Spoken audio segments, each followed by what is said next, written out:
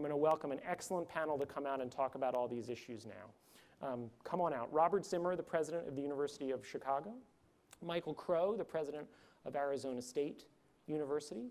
Catharine Bond Hill, the president of Vassar. And Raynard Kingston, the president of Grinnell. Come on out, please.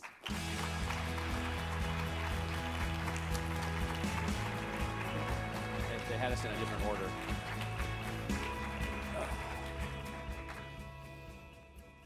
So, President Zimmer, let's start with you, since I mentioned the University of Chicago during the talk. Last year, Chicago made a pretty big commitment to expand financial aid and become substantially more economically diverse. I'd love to hear your thoughts about how it is that American higher education got to the point where it is diverse in so many ways, racially, geographically, religiously, which it wasn't always, but it is not so economically diverse. Well, let me take two angles on what you asked. So first, let me just say something about the University of Chicago and our own set of actions and the motivations for that, and then get to the question around the larger scale evolution. If I have time, I might offer what I would say is a very different perspective on the whole issue than you offered as we were listening in the back, by the way. Get to the short version. So first of all, I think, as you were indicating, that the power of education for individuals' lives, for the trajectory of families, for the nature of the society we are, is something that is very evident. Data show it. Every individual tale show it. So there's an enormous societal benefit, an enormous human benefit to education. And so it's part of what every one of our institutions, I believe, needs to be doing, is to participate in an active way in having people be able to come independent of their economic background, and more than that, to actively seek out and participate talent at all economic levels. And so we've systematically, over the last decade, dramatically increased not only our financial aid support, doing things like eliminating loans altogether from our financial aid packages so that students can graduate debt-free, not having application fees for people of certain families from certain financial background, and a long list where we went through essentially everything we could see that was a barrier to students participating fully in a University of Chicago education, both in terms of applying, being admitted, and getting the benefit out of their education. We went through as many of these things as we could and acted upon all of them. In reality, the University of Chicago has been need blind for many, many years. Which means that we admit students without looking at their need, and we give them a financial aid package that enables them to come. But what we were seeing, and I think this gets to the other part of your question, is that as we became much more selective, I mean, we take 8% of our applicants right now, and that's a change from where we've been over the last few years. So it made us look at the entire process. And what you see, of course, is over a period of decades, the nature of the way people apply to colleges is very different. When I applied to college, you went to high school, you said, okay, I got to go to college. You sent in an application, got some teachers to write a recommendation for you, and that was it. Now, of course, if you have upper middle class or affluent parents, the kids go to an excellent high school with an enormous number of programs. They're taking violin lessons, they're going to soccer games, they've got great programs over the summer, they're doing SAT training, and a lot of the cultural support system that students from lower income families have doesn't enable them to participate in that. So from our angle, we were seeing a totally, a much larger collection of students from applicants from families where the students were all had been through a program that prepared them to be admitted, and that we recognized that we actually needed to go out and do many more things to be able to attract a more diverse group. So I mentioned Grinnell and Vassar, President Kingston and President Hill. Given that reality, given that when you look at the applications and you've got the kids who are doing soccer and have learned Chinese and they look so much more impressive, how is it that you've nonetheless managed to recruit substantially diverse student bodies? I think we were able to develop a reputation as being a place where smart kids who had no money could go and have a great education and have financial aid. In the middle of Iowa, no? In the middle of Iowa, on the prairie. And diversity is a challenge. And we've been able to do it. And I think it required a couple of things. One, it required us working hard at developing that reputation. Two, we need to have the resources. I mean, we have a significant endowment. I think our budget for financial aid every year from our own financial aid is $40 million. So, maybe I think 28% of our students pay no tuition. So we're able to have the resources to underwrite. Right now, I think we're at 24% Pell eligible, but we can't get much higher than that and still work. But we also invested in getting them through. So students at the lowest quartile of the family income distribution graduate at the same rate as those at the highest. Those at the lowest go overseas at the same rate for at least a semester as those at the top. We're now investing a lot in trying to strengthen the high-touch system that we have. I came from healthcare, the world of healthcare before coming to Grinnell, and in some of healthcare, they found that if you increase quality, you narrowed disparities. If you did it right, if you increase quality for everyone, you narrowed the difference. And we're taking that approach, so developing a whole series of ways to catch when students are beginning to go off, because we want to get even higher than what we are in terms of completion. So I think it's having the resources and having a culture but that values diversity, dating to our abolitionist roots, and cares specifically about economic diversity, and we were able to do something about it. Not everyone can do what we did, though. President Hill, I offered some reasons for optimism and some reasons for pessimism, which I guess I phrased as realism. Where are you on that? Where do you think we are? How satisfied are you with where we are as higher education? And how optimistic are you about the future? I wish I could say I was more optimistic than I am. I think we're facing some real challenges. For the last 30 or 40 years, income inequality in the United States has been increasing. And I think that that's actually making the challenges that higher education faces more difficult, because those higher income families are investing a lot in their kids, and the lower income families have less resources to help with education. And the education that they're getting in the public system is not great either all the time. So I think the challenges that we face are greater.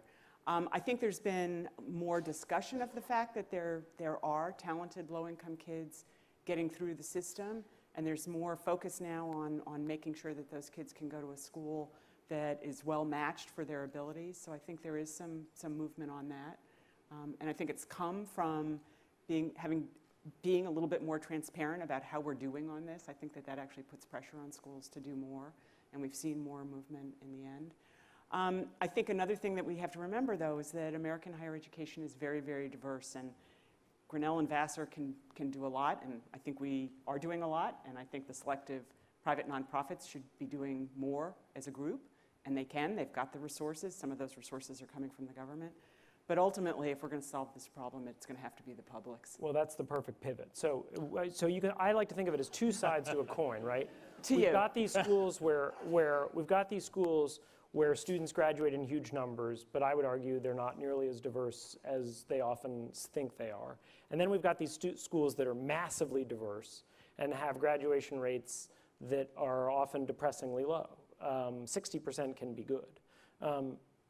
And yet these are the places, as you suggest, that in many ways matter more. You're the president of Arizona State. If you haven't yet read the Atlantic article about what Arizona State's doing, I commend it to all of you. Can you talk to us about why, not your college per se, why nationwide are graduation rates so low?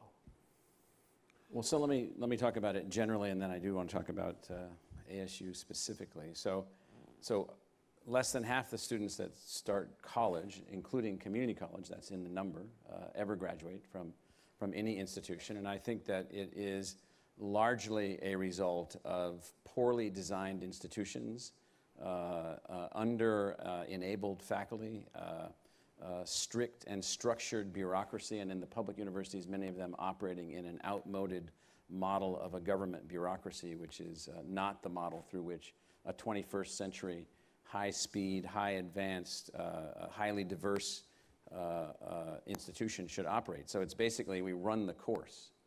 So the course that we used to have is that we had Wave 1, which were basically the Greek Academy prototypes in the United States, the original Harvard College, the new Grinnell, the new Vassar. These are the Greek academies. We then evolved the public colleges to make up for the fact that all of the colleges initially were church schools or private schools initially, and we're going to allow a few more kids in to that. This is before the Civil War. We then realized that still mostly only wealthy individuals were going to college at that point. So then the government comes along and says, well, we need these land-grant colleges that the federal government will help to establish with gifts from the federal government of land so that they can admit the sons and daughters of farmers and mechanics, which were 90% of the population at the time. And so 50 great schools emerged from that. And then did all the land-grant colleges admit daughters too? Once they took the land grant, they did. Once they took the land Yes, grant. right. Okay.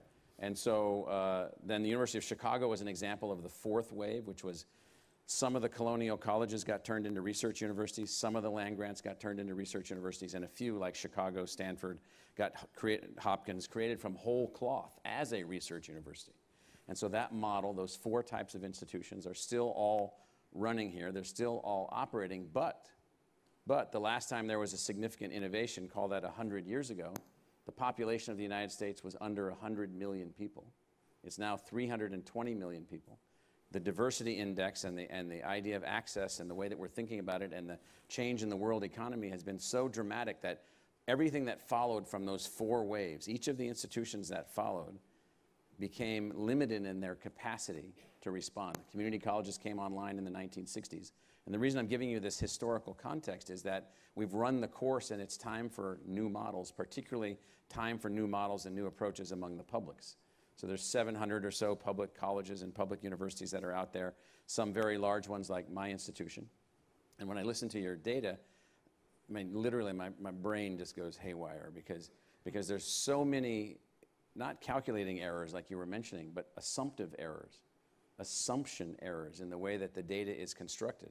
So in the schools that you're listing with high graduation rates, these schools have varying degrees of diversity, economic diversity, but almost all of them admit somewhere between the 10th percentile and the 1st percentile of students to the institution. So they are selecting for previous success and having very significant outcomes from a broad cross-section of students for that. Well, it turns out we need to find a way to get somewhere between a quarter of the population and a third of the population of high school graduates through and graduating institutions. And so those schools that are operating where you have low income and a B average in high school, the graduation rate for low income and a B average out of high school in the United States from an American college is under 40%, period. And so if you then take the same kid from a low income family and they have an A average coming out of high school, they have almost double that graduation rate. And so it's an extremely different sort of set of outcomes. Now, at some public universities like ours, we literally have in the design of our institution, if we have a student body that's not representative of the entire socioeconomic diversity of the region, we're not succeeding.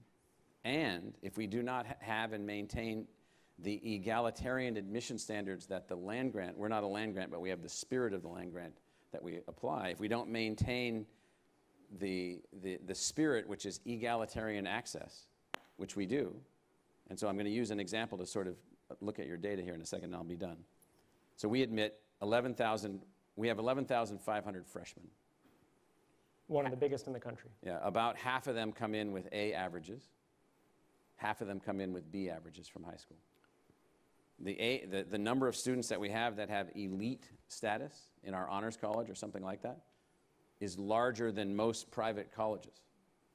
1% of the upper 1%, 2%, 3% of the high school class. We have more of those students than most small liberal arts colleges. So I used to be a trustee of Bowdoin College, one of these colleges. So I was a trustee of that school for many years. We have 4 Bowdoin College freshman classes in our freshman class and 9,500 other freshmen.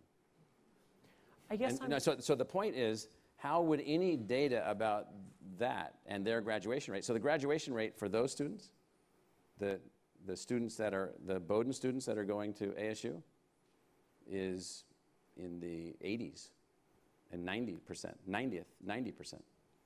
The graduation rate for the B-level student coming in with the same admission standards as UC Berkeley had in 1960, the exact same admission standards. You take these 15 classes, you get at least a B in those classes, you have at least a B average, and you're admitted, and we admit thousands and thousands and thousands of those students.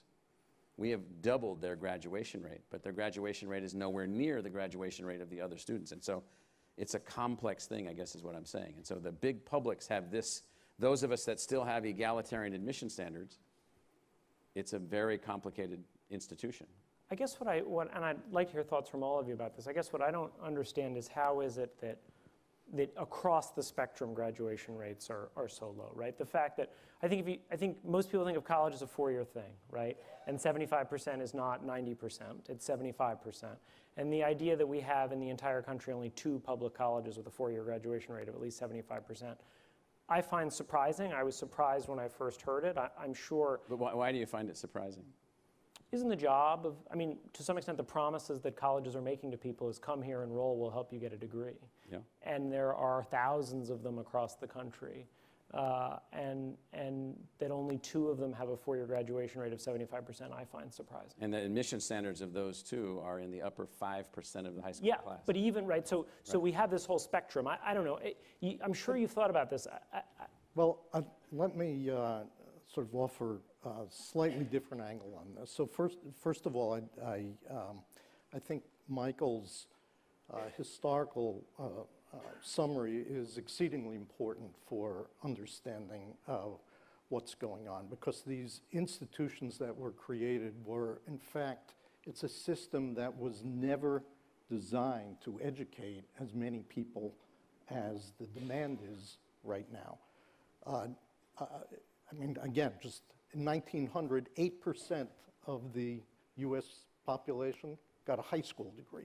8% in 1900. So over the course of the next 50 years or 80 years, it went up to 75%. Everybody believes now everybody should graduate from high school. And that pressure is now increasing on higher education. And that's a good thing. More people should have more education. But the structure is not geared for universal higher education at a scale that it needs to be done now. And I think that's a different angle on what, more or less what Michael was saying. Let me add one other thing to this, which I think is very important to say. And if you look at a collection of institutions that are need blind, and so this includes sort of 15 to 20 great private research universities and a similar number of great small liberal arts colleges. Fundamentally, if you look at these institutions, the financial aid available to students has actually gotten better and better. And if you look at the real economic cost as a function of family income that students are required to pay, it keeps going down. So every one of these institutions is making a huge commitment of financial resources in order to preserve this type of need-blind activity and create this, this environment. And we're all able to do it for one reason, and that's because we have alumni who support us. Now, the trouble is these institutions educate 1.2%, or maybe 1.5% at most, of the number of students go to higher education in the United States. 75% are educated by the publics. And if you look at the real support from state legislatures to the publics over the last 10, 15 years, it's down on average by something like 30%.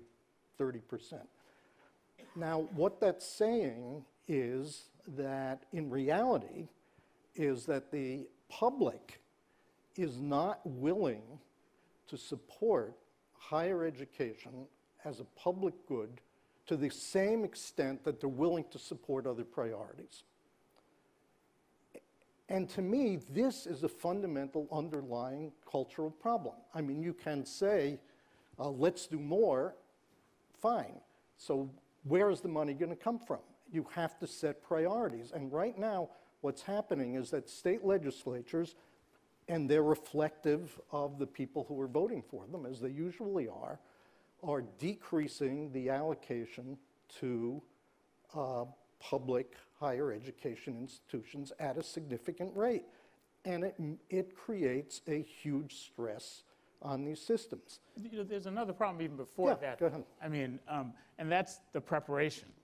The fact is that, you know, the chance that a poor kid of color will go through a health education system that prepares that person for one of our colleges is laughingly, I mean, just unbelievably small. You can't deal with this problem without talking about preparation. Because that, I mean, we get the top of the top of the top sort of little bit. And the vast majority of those individuals are going through school systems that it's not even an option really for them to come to schools like us. So we get the top of that group and that's the group that's growing in population. I mean, the large Latino population that's growing. Where do you think they're going to school? They're not going to sort of St. Albans. They're going to public. I agree with that. So, I mean, the fact, clearly you see this in California, you see it in North Carolina. Governments are pulling back, right? They've spent more on prisons and more on healthcare, and they've pulled back from education. And it's clear that K through 12 education is really uneven and problematic in all sorts of ways. So I agree with all that. And President Hill, maybe I'll ask you this for starters before opening it to everyone, because you've studied higher education as an economist. Aren't there also ways in which higher education itself could change to do better on these things, in addition to the citizenry doing better and K-12 do better? Aren't there things higher education itself can do better? I think absolutely. I mean, if we took the amount of real spending per student that was spent maybe 20 or 30 years ago at our kinds of schools that had very high graduation rates, and looked at that compared to what we're doing today, we're spending significantly more at many of our schools on a real basis per student. And the education that we're offering is superb, and it has a lot of wonderful things associated with it. But if we really wanted to think about the allocation of resources, higher education maybe needs to think about ways to get students through at lower cost. But it's really hard because the incentives aren't there to do that. In fact, we are institutions in many ways that respond to families who are applying to go to college. And with this increasing income inequality, there's a group that wants a whole bunch of great things for their kids when they go to college. We certainly, I think all three of us here face those kinds of pressures which push up our costs.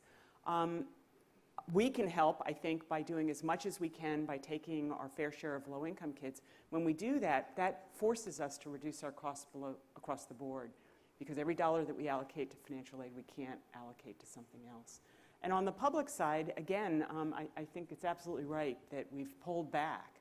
Given that we've pulled back, maybe we need to think about ways to streamline what we're doing to be more effective at getting students through. I wish there was a magic bullet.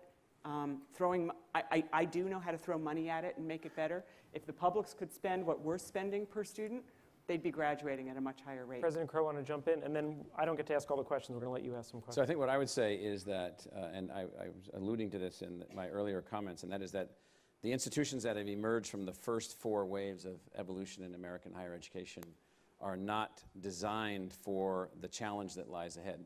And this has not meant that any of the designs have to be replaced. We need the Greek academies represented by the 4-year liberal arts colleges. We need the great private research universities and other institutions that have emerged.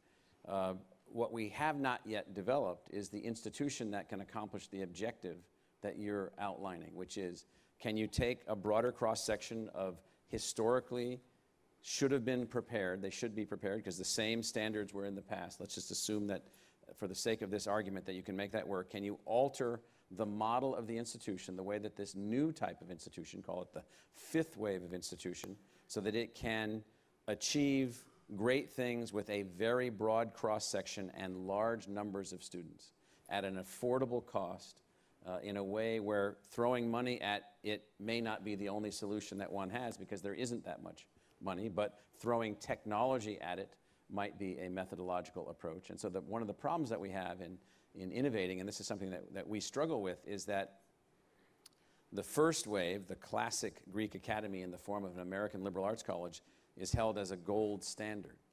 That's the methodology. That's a methodology for a high-cost outcome. I mean, a high-cost process where as many kids that can get financial aid that can get into one of those schools is really important.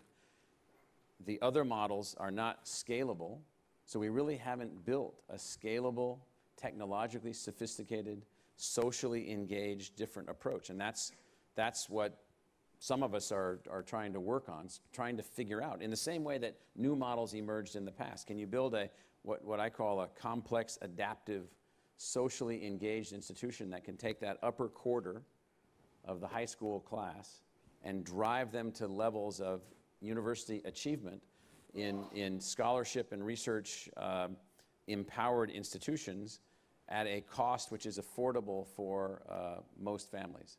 And let me just add one last point because I think it's really important, and this is something that is often missed. So going back to the number of elite students, all of us must grasp the size of the country.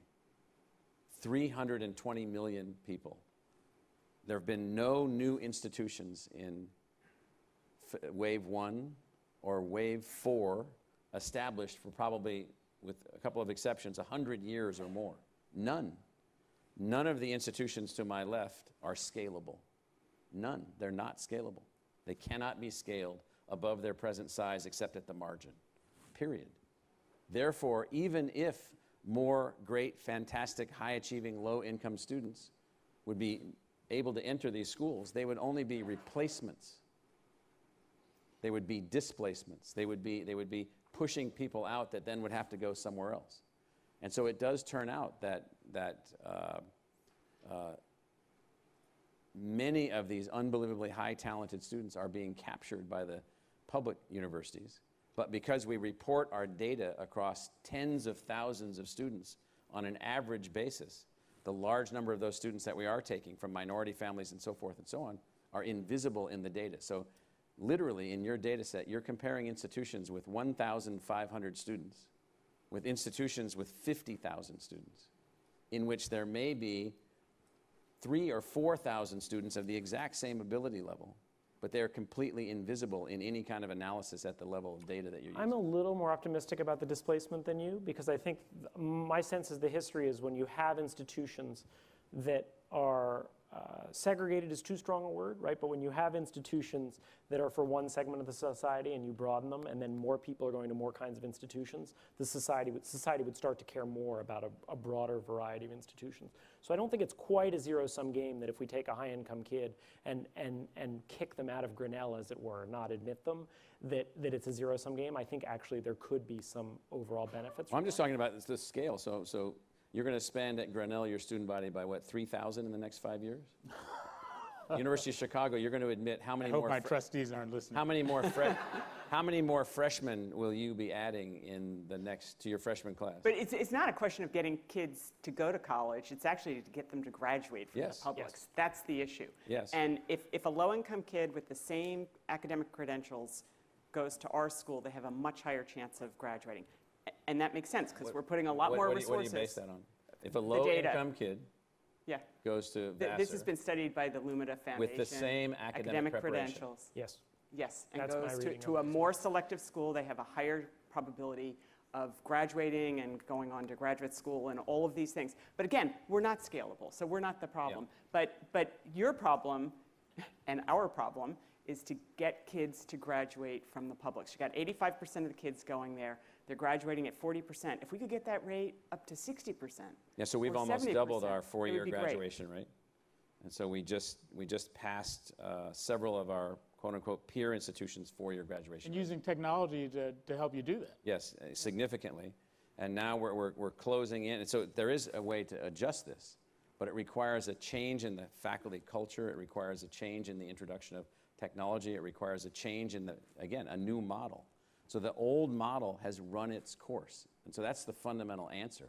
We can't get what we want as the result because we don't have the model capable of producing those results. Yeah, The fact that Charles is standing means that more people have questions. Yeah, there's a number of You questions. know, we can't see any of you. So. Yeah, we can't. We would love to invite anyone to ask your questions. I'll kick off with one that's actually come in a number of different ways, which gets exactly to the point that you were just raising, President Crow, which is that a huge part of this conversation has taken part about the allocation of resources, about large state schools, about very prestigious private schools, schools with money and endowments to make decisions. But of course, a number of schools don't have money or endowments or large brand names that allow them to attract the most elite students. One of the questions that came in was from Mike Sugarman. And by the way, when you send questions, if you don't want me to mention your name, feel free to say, I'd rather you don't. Too late now, Mike. Mike has been outed. Everyone else gets to benefit from that. Mike had asked, how is diversity impacted at those many schools that do not have a national brand that they can rely on, as do all of yours, or have small endowments and therefore don't have the resources to invest in these students who need more support and help? Why don't we start actually with President Hill, if you don't mind?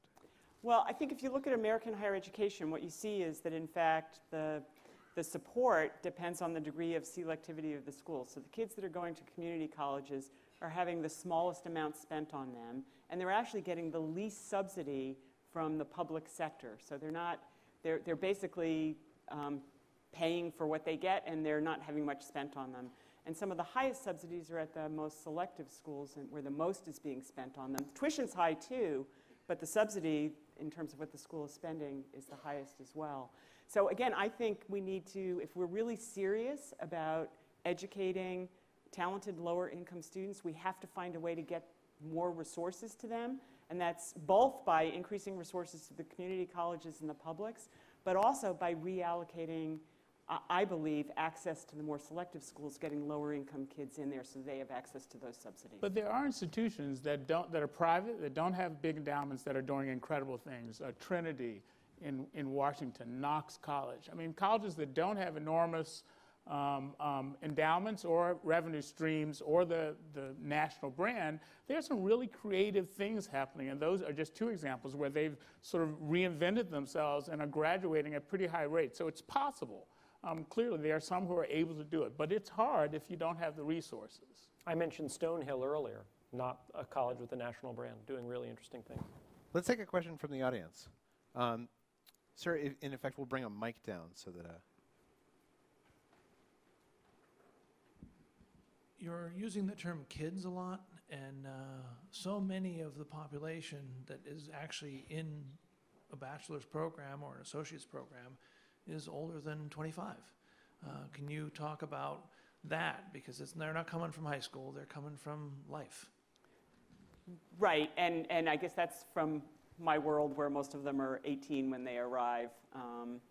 I think we need to have community colleges and publics where students can, older students can go back and add the credentials that they didn't get a chance to get when they were the traditional college-going age.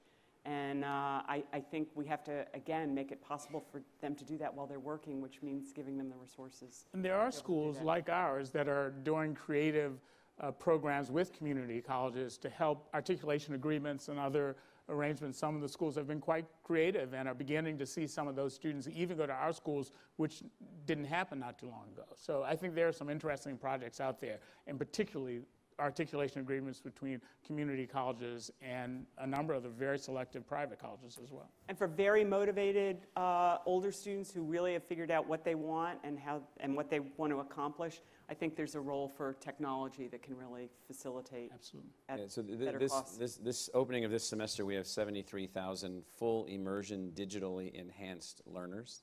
Those are generally students, I think they range in their age right now, are full immersion digitally enhanced learners between 13 and 80 something. But most of them are at the undergraduate level. The 60,000 undergraduates we have in that group are between 18 and 23, or 17 and 23 or 24. And so we've created this environment for them, and it's an intensive learning environment that would fail without the technology that we've found a way for our faculty to embrace, augmenting their capabilities dramatically to do what they do. I mean, it's unbelievable to see what they've been able to do in the last 5 years. We also have 20,000 online learners who are taking courses from the same faculty, again, augmented by technology. They're almost like super faculty now. I think of them as super faculty. We think that group, which is generally older, on average 10 years older, many of them much older, they're gaining access to things that we couldn't even have imagined 4 years ago. We have the country's first accredited online electrical engineering degree with 800 students in it right now. They're all people that are already working or didn't finish college who have that electrical engineering spirit inside them, and they want to do that. And then we have a third category of learners in our Global Freshman Academy. The first class that we started has about 15,000 students in the single class.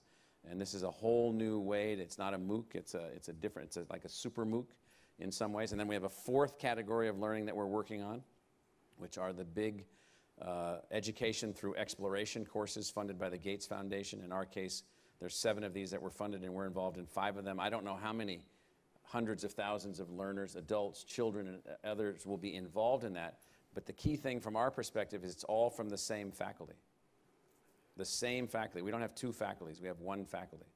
That faculty is actively involved in research. They're actively involved in discovery and creativity, and because of technology, able to do all these other things. Now, the new type of public, the Wave 5 publics, may look a lot more like what I'm talking about going forward to augment the other waves of institutions that have emerged. And it's been this history of innovation. Now, unfortunately, we've all forgotten.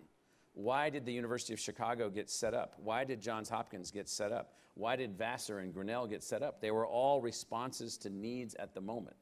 They were all built on a certain model. Well, we have a need at the moment, and there's a number of universities trying to evolve. We've got a University Innovation Alliance that has 11 schools in it, Michigan State, Purdue, Ohio State, Central Florida, University of Texas, others across the entire country, trying to figure out how to innovate together. Now, most of them are Wave 3 and Wave 4 schools. They may not emerge to be Wave 5 schools, but we need a different model to augment the models we have. And it's worth noting that tomorrow we'll have a panel on actually online education and online delivery. Just one really quickly. Right now, college attainment for young students depends on race and income. And unless we address that, then those people are going to be young adults later without education. And so while I think it's important to figure out a way to educate adults who have not gotten it at that point in time, we've got to also address that inequity and access. Especially because they're being produced each year. A new Let's take one more I'd actually just like to say something about following up on Michael's comments. This is a passionate topic, obviously. which I think is very important. So Michael's been talking about the need for how you think about a model that's going to help augment the higher education system in the United States to be able to serve a much larger population than we have now. This is a huge global issue. It's not just an issue for the United States. If you look at a country like India with well over 1 billion people and a huge desire for higher education and much more broadly, there the problem is almost more acute because they have more people and a less well-developed, using Michael's terminology, waves 1 to 4, although they have some truly outstanding institutions. But this whole question of how higher education can evolve to augment the current system in the United States is just a piece of that very same question that's a global question. And we're not the only ones who are going to be thinking. Let me jump in. Take one more question. We're short on time, so I'll ask everyone to keep their responses brief, although they're incredibly interesting. Sir. I thought we had one. Long. In relation to the issue of the B and B minus high school students, I wanted to ask President Crow, one thing obviously you could do to help the graduation rate would be to lower the standards. But I'm curious as to how you set your standards and how you ensure that appropriate standards are being maintained for college graduation. Right, we have not lowered our standards, and anyone that does should be kicked out of the business, because then that's the road to annihilation. It's no longer math, it's sub-math. It's no longer history, it's sub-history. And so if you move down that path, it's terrible. So we haven't altered our standards at all. We have enhanced our measurement of attainment. And so we're admitting B students, as most public research universities did until the 1970s.